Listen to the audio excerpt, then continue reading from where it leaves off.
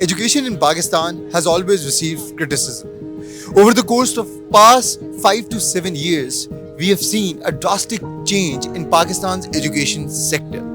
We have seen how ghost teachers and ghost schools have been accounted for. But right now in Pakistan, and specific to Punjab, there are multiple ghost schools and ghost teachers, which is not just making the lives of students miserable, but it is also putting up the younger generation of Pakistan at a risk where they don't know what their future is. In this aspect, let's talk to different educators and understand what more can be done to enhance the education sector. There are several ways in which it can be enhanced. I think one of the very important things is that it needs to be localized. So therefore, I'm very happy that the Punjab group has actually done this in this conclave. Its tagline is also bringing the global south to Lahore, because I think at the moment we are very Anglo-centric. Our education is very either British or now American. We need to look towards our own resources, our own history, our own culture, our shared culture with other countries in South Asia and in the global south. And I think once you contextualize that will be very important.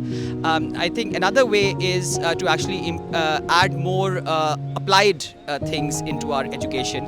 A lot of the times our education becomes too theoretical and people lose interest in it and therefore never go back to it. So if it is applied, that will be really important. I mean, I think there are multiple things that we can do to improve the education sector in Pakistan. I think when you talk about public sector education, you need a lot more grassroots primary schools in places that are not strictly urban. So you have a lot of rural communities that are being ignored, and there's a big gap between those kids who study in cities and those who grow up not in cities, in the villages, and that gap has to be addressed. That's the first thing that comes to mind.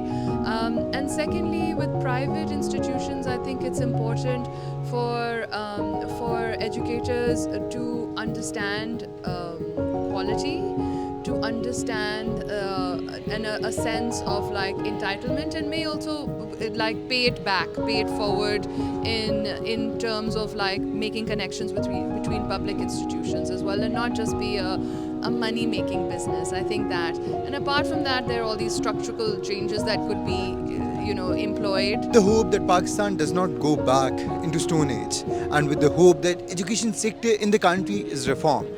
Those were really insightful and intellectual words.